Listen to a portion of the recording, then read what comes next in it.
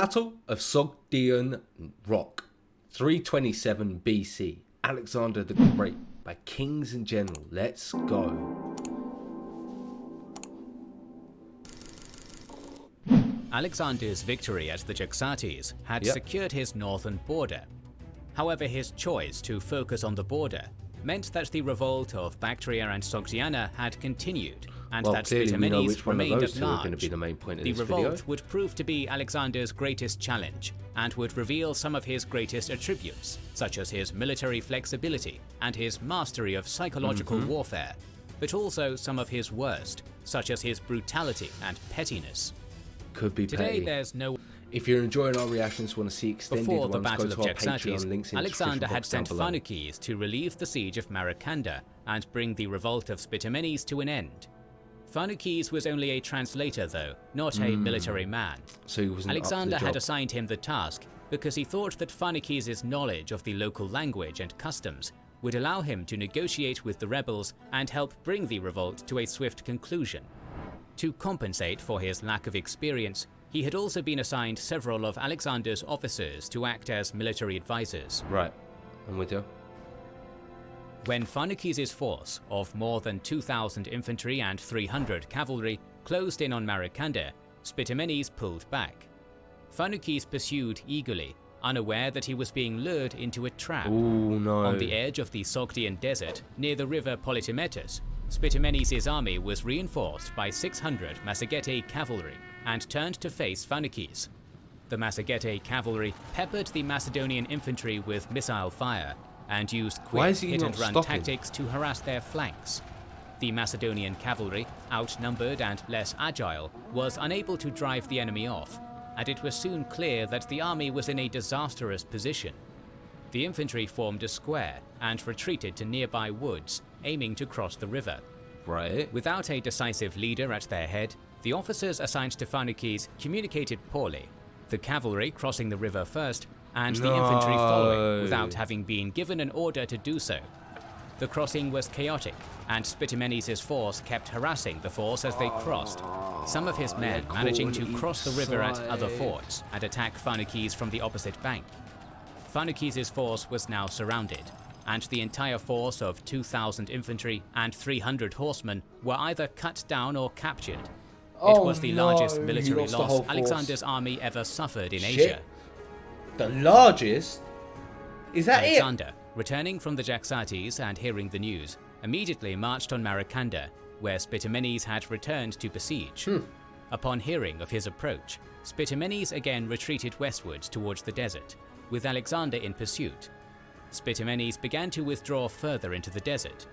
Alexander, however, could not be so easily lured and turned his army back to Maracanda, burying Pharnaces' dead en route as best he could. Unable to catch Spitamenes, Alexander proceeded to carry out brutal reprisals on the Sogdians.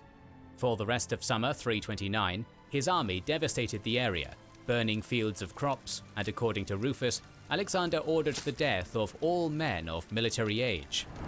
The total number killed during this period cannot be known for sure, but some modern historians suggest that the number may have been as high as 120,000.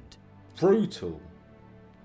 Despite this, the revolt continued, and Alexander found himself embroiled in a guerrilla war, unable to defeat his enemies in one decisive battle. To adapt to this, Alexander split his army into parts, under the commands of Hephaestion, Ptolemy, Perdiccas Coenus, and himself. This could be considered one of the earliest examples of a corps system that Napoleon Bonaparte would use so successfully to his advantage 2 millennia later. Do you think each of these corps would operate independently, suppressing any resistance they... Do you think when Napoleon looked through history, he looked at this sort of time period and got inspiration? He could. At the same time, Alexander founded a further 6 cities in the area to try and bring the province under control once and for all.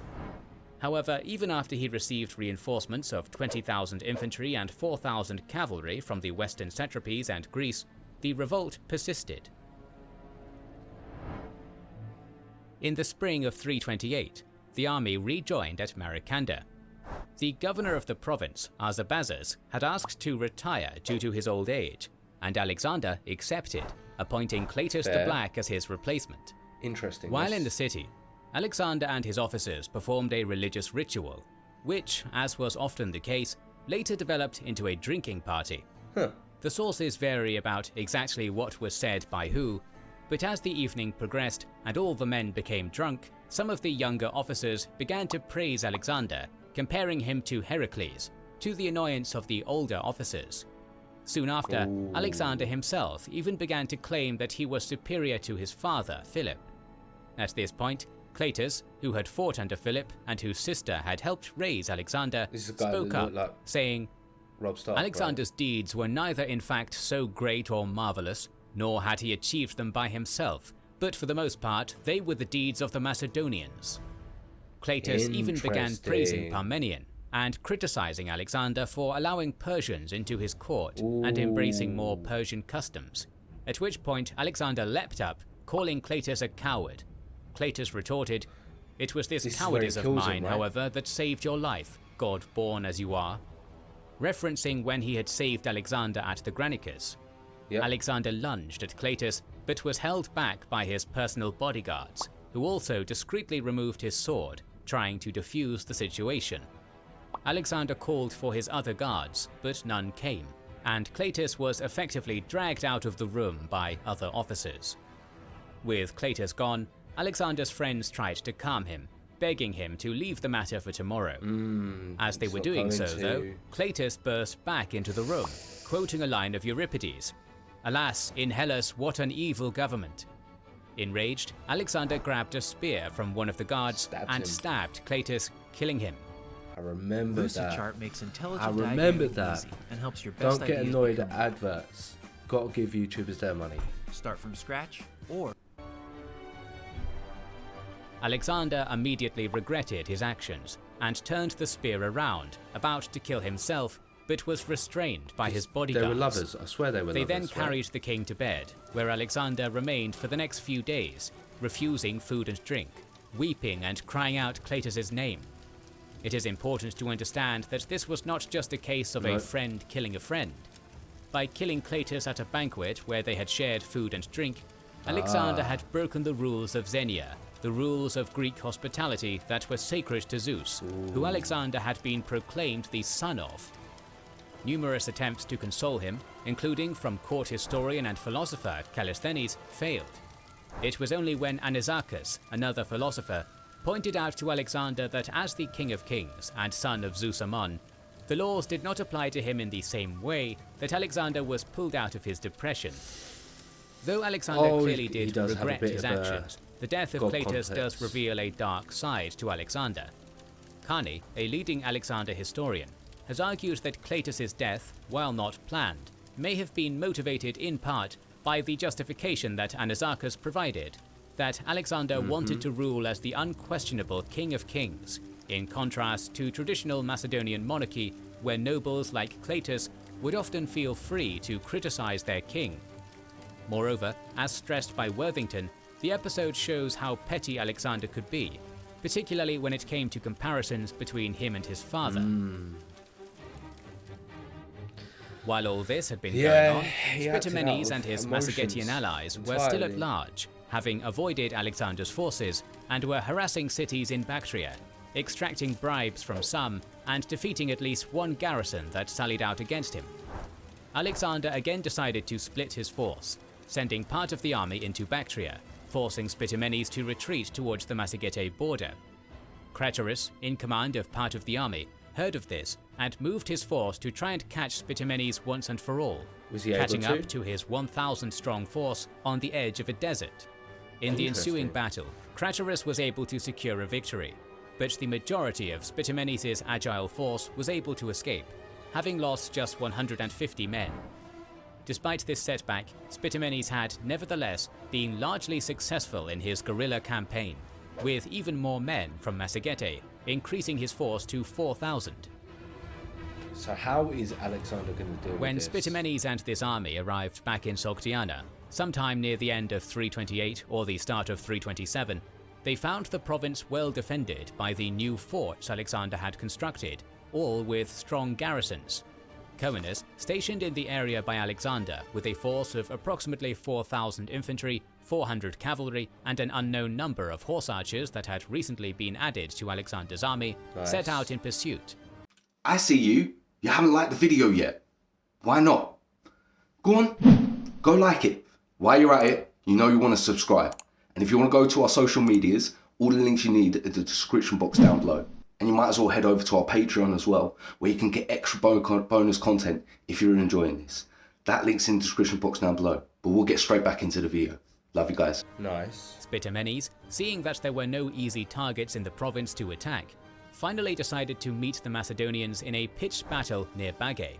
Oh, is this where The he loses? details of the battle are unknown, but the result was a victory for Chorienes, Arrian He's giving not his completely losses as being just 32, while Spitamenes lost 800.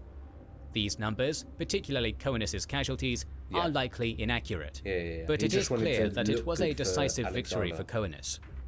Spitamenes himself survived the battle, but was soon betrayed by the Macedonians, who cut off his head and sent it to Alexander to make peace. Nice.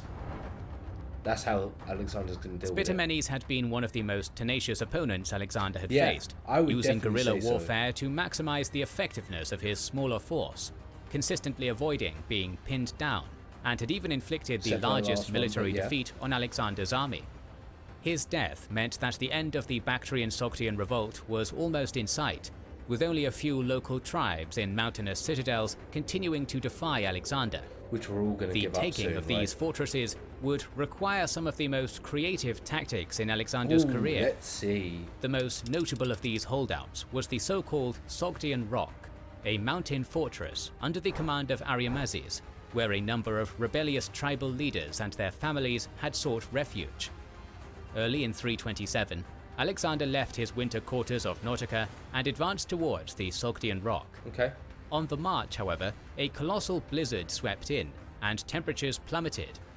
Alexander ordered that huge areas of forest be cut down and burned to keep the men warm, and rode throughout the army, encouraging his men on. But Just nonetheless, the parts of cold the took its army. toll on many, some men freezing to death as they Not parts of the army, parts of the whole forest he was just lighting up to keep them warm. leaned against trees to take a short rest. The storm continued for 3 days, by the end of which 2,000 of Alexander's men had died. He's losing more men to like natural disaster In than time, actual battle. Alexander finally reached the Sogdian Rock, which according to Rufus was garrisoned by as many as 30,000 soldiers. Is that true This though? number is remarkably high, however, Yeah, it is. and it is possible that Rufus had mistakenly included civilians in his counting. Nevertheless, the rock was widely considered to be unconquerable. It was well defended, with supplies to last a siege for at least 2 years, and was located in a strong defensive location, surrounded by steep cliffs and made even more secure by the winter snow that would make any assault particularly difficult. As a result of these factors, Yeah. when Alexander arrived with his army and sent emissaries demanding Ariamazes' surrender, he was strongly rebuffed, the Sogdians laughing, claiming that Alexander would need winged soldiers to conquer the place. As the siege of Tyre had shown, however, Alexander was not one to be intimidated by the notion of a place being unconquerable. Let's go, Ariamazes had stationed Alexander. his men on the walls facing Alexander's army, but had neglected to man the cliff at his rear, confident that such an approach would be impossible. Alexander seized on this opportunity. He requested 300 volunteers from his army who had climbing experience, and offered prizes to all who completed the climb, including a handsome reward of 12 talents to the first man to reach the top of the cliff. Nice. In order for the move to be kept hidden from Ariamazes, the climb would have to be done under the cover of darkness, making the already perilous mission even more dangerous. Nonetheless, Alexander got his volunteers, and after supplying them with iron tent pegs and ropes, they began the climb. It was a difficult ascent, with 30 of the men falling to their deaths. Says 270 Alexander left. anxiously watching the top of the cliff throughout the night for the signal from his men that they had succeeded. At dawn, he finally saw his men at the summit, waving white sheets, as had Nice. been prearranged. So what is he going to do With with these these men 300 in men at position, the rear? Alexander moved his main force forward, and again requested Ariamazes' surrender. Again he was refused, until Alexander pointed to the top of the cliffs behind Arimases' position, saying that he did indeed have winged soldiers. Arimases, unable to tell just how many men were threatening his rear, surrendered without a fight. Alexander's Smart. Don't need to actually, you just need to threaten sometimes. force marched That's in jokes. unopposed, and many of the Sogdian nobles were either captured or executed for their part in the revolt. There was only one last place of significance to resistance to Alexander, the Rock of Chorienes, under the command of Sisamithres. Okay. It was also an incredibly well-defended position, surrounded on all sides by steep cliffs and a ravine, with the only path leading to the rock being narrow, steep, and easily defended. Ooh, yeah, I don't Once like again, that. Alexander sent emissaries demanding the Sogdians surrender, What's he gonna do and this once time? again he was rebuffed. Undeterred, Alexander prepared to take another place considered unconquerable. He first constructed ladders, allowing his men to descend into the ravine, where they Nice. began the process of hammering stakes into both sides. On top of these, they constructed supports, building a bridge and packing earth on top. And they weren't getting peppered at Much all. like at Tyre, Alexander planned to construct a land bridge across the ravine so that his army would be able to attack from level ground. Yeah. His army was split into 3 rotating divisions that continued to work day and night, but progress was nonetheless slow thanks to the snowy conditions and harassing arrows from Sisamithres' men. Wooden screens were soon created to protect the workers, and Alexander's men continued the construction, slowly closing in on the Sogdians. But To are they add not to the gonna growing intimidation, out? Alexander also brought up his siege engines in position to begin a Nice. bombardment of the defences. Before any attack began, however, Alexander sent a final emissary to the Sogdians. The emissary stressed to Sisamithres how dire his situation was becoming, and that once Alexander's causeway was complete and the siege engines began firing, his defeat would be inevitable. Yeah, it's just a matter Disheartened, of time. Sisamithres also surrendered without a fight. Jokes. Alexander's The taking of the intimidation Rock of game is Chorienes too strong. marks the end of the Bactrian He is Sogdian him. revolt. Soon after the siege, Alexander took his first wife, a local princess named Roxana. She and her father, Oxyates, had taken refuge at either the Sogdian Rock or Rock of Chorienes, depending on the Interesting. source. Okay. When Alexander first saw her, he is supposed to have fallen in love immediately, considering her the most beautiful woman in Asia.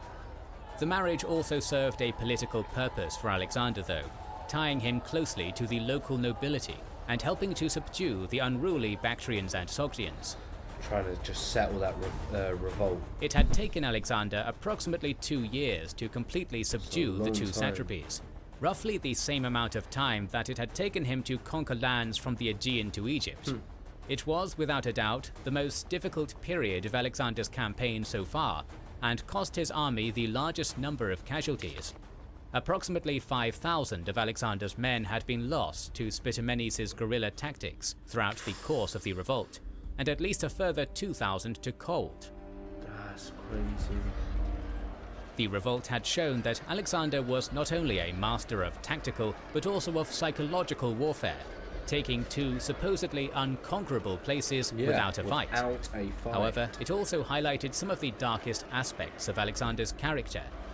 Though often benevolent to his enemies, his brutal tactics in Sogdiana showed how willing he was to use fear and force as a means of control. Similarly, the murder of Cleitus showed that, despite how mature and reasonable Alexander could be, he could also be petty, hot-tempered, and tyrannical.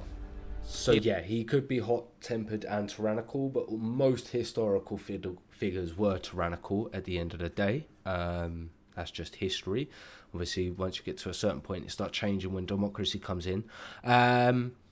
As for the brutal and the psychological warfare, once again, I think if you're going after a goal like that, you got to be brutal at times, you know, especially in the times that you were in. His marriage It was a to brutal time Roxana, to live in. though beneficial in the short term, was unpopular with many in his army, who now had what they considered a barbarian queen, and would prove to be a significant issue in the long run. Is going to be big. With the revolt crushed, Alexander was the Didn't think undisputed about the master of the marriage Persian Empire. for the However, even during the aristocracy. revolt, Alexander was planning his next campaign. He would next lead his army beyond the borders of the Persian Empire and into India. And in our next episode, we'll talk about the famous Battle of Hydaspes. So make sure you are subscribed and have pressed the bell button to see it. Make sure you're subscribed to their channel and you've got their bell icon here. I'm thoroughly enjoying this series. We are going to be doing as much of this as we can tonight. Might even finish it. Thoroughly enjoyed it. We're going into India, or are we? Let's see. If you enjoyed this reaction, you know what you need to do. You need to like, comment, subscribe, hit that notification bell, and I'm going to catch you in the next video.